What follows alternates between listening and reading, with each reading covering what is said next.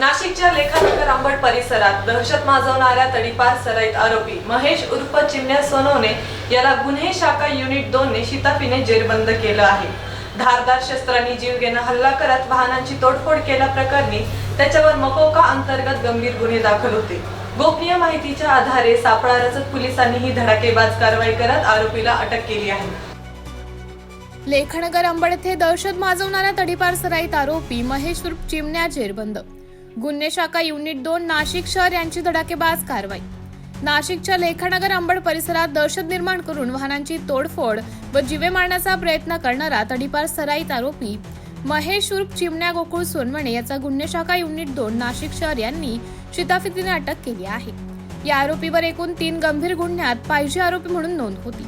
दिनांक 29 जानेवारी रोजी 8:30च्या सुमारास इंदिरा गांधी वसाहत लेखानगर सिडको येथे फर्यादी घराबाहेर उभे असताना 3 मोटरसायकलवरून 9 इसम घटनास्थळी आले। यामध्ये महेश उर्फ चिमण्या सोनवणे व त्याचे साथीदार होते। जुन्या वादातून कुरापत काढत धारदार शस्त्रांच्या सहाय्याने फर्यादीवर जीवेघेणा हल्ला करण्यात आला। यावेळी एका आरोपीने कमरेला लावलेले गावठी पिस्तूल बाहेर काढून परिसरात दहशत निर्माण केली। आरोपींनी घटनास्थळी उभ्या असलेल्या मारुती सुझुकी व एर्टिगा व 4 चाकी वाहनांच्या काचा फोडून मोठे नुकसान केले।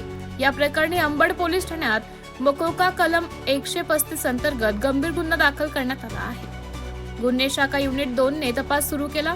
गोपनीय माहितीच्या आधारे आरोपी महेश उर्फ चिमण्या हा कामगार नगर सातपूर परिसरात वावरत असल्याची माहिती मिळाली। त्यामुळे सापळा रचून त्यास ताब्यात घेण्यात आले।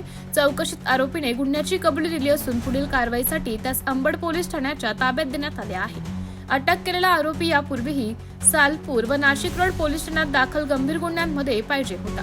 ही यशस्वी कारवाई पोलीस आयुक्त संदीप कर्णिक, पोलीस उपायुक्त किरण कुमार चौहान, सहाय्यक पोलीस आयुक्त संदीप मिटके यांच्या मार्गदर्शनाखाली सहाय्यक पोलीस अधिनिरीक्षक हेमंत तोडकर, डॉक्टर समाधान हिरे, शंकर काळे यांच्यासह गुन्हे शाखा युनिट 2च्या पथकाने पार पाडली।